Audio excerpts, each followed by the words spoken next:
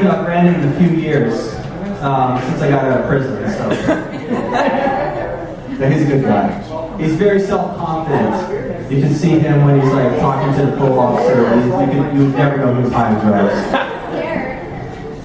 No, he's a good guy. Let's see. This is my set now for the next few minutes. You can host it. I'll bring up the LA comics. I tried something different this last week. For the hell of it, I was bored. I dialed up Butterfield 8 on the telephone to New York City, and I got a call. I called it up, and the lady said, "Wow, I'm so glad you called. No one has called me in years about this." Thank you. The way scales at the gym all seem to work, but at my girlfriend's house, they always are broken. I don't know why. She has no explanation for that. I was at the health food restaurant this real life, and the lady there who was just finished her pregnancy, just had her newborn baby son, a young hipster girl, about 24. She said, it was great when she was in the hospital because they explained all the things to her, the doctors, and she knew what she was doing. But now that she has a newborn child, there's no one to go to for help. She can't go to the hospital and say, "What am I supposed to do now?" She's complaining that to another young pregnant woman of her husband.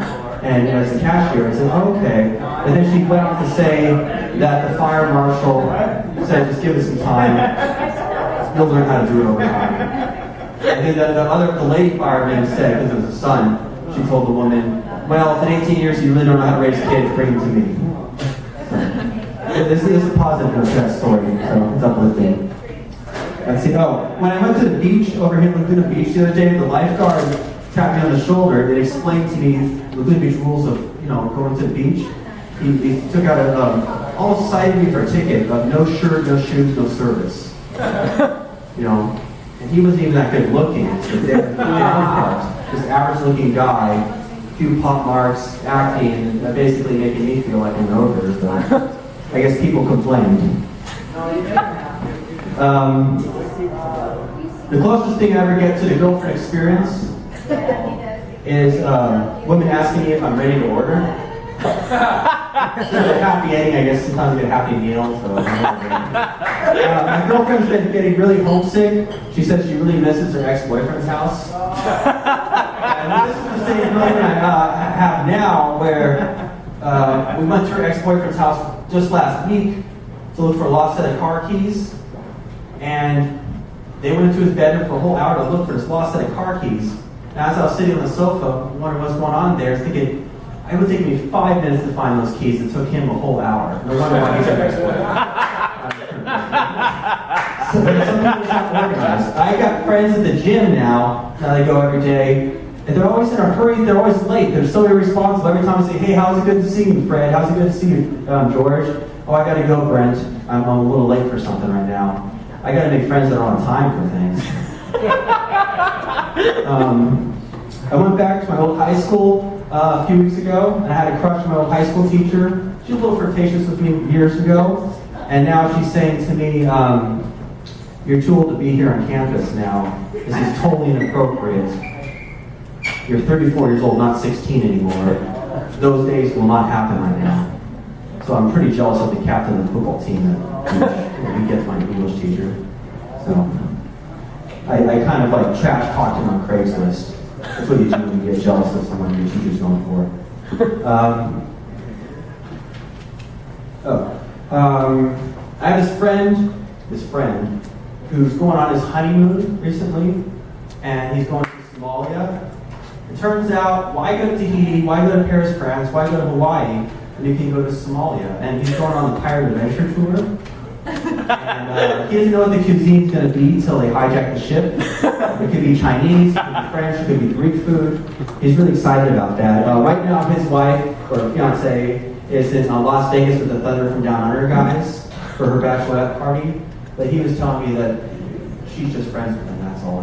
There's nothing else to it. And so he's really excited because there's no shuffleboard on board, none of that stuff, but you get to take your pictures taken with the hijacked people.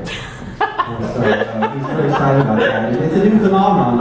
Again, all these Tahitian tourist industry stuff are really upset Hawaii's, been hit hard. Somalia's a new place to go for your honeymoon. It's very romantic. And even the people that take over the ship, man, they sing on it. It's just, I heard that they, like, almost like a junior high school kid in church who's practicing it for years, hasn't lost that tempo.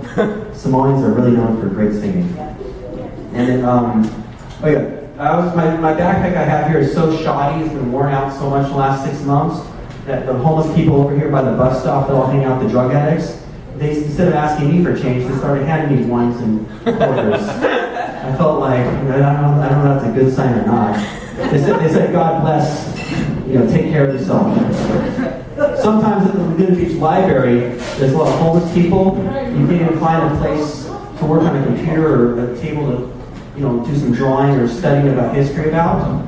And it turns out, you also can't find a nice bench to lay on at night. It's a real problem. I blame the homeless people for that problem. How much time you got, Mike? You have 6 minutes? Okay. Till 8:25? 2 minutes, sorry. Okay. I was at the dentist office in real life. I joke around with the dentist. When I go to get haircuts or the dentist office or doctors, I'm always making jokes. Not fart noise jokes, but actual punchline jokes.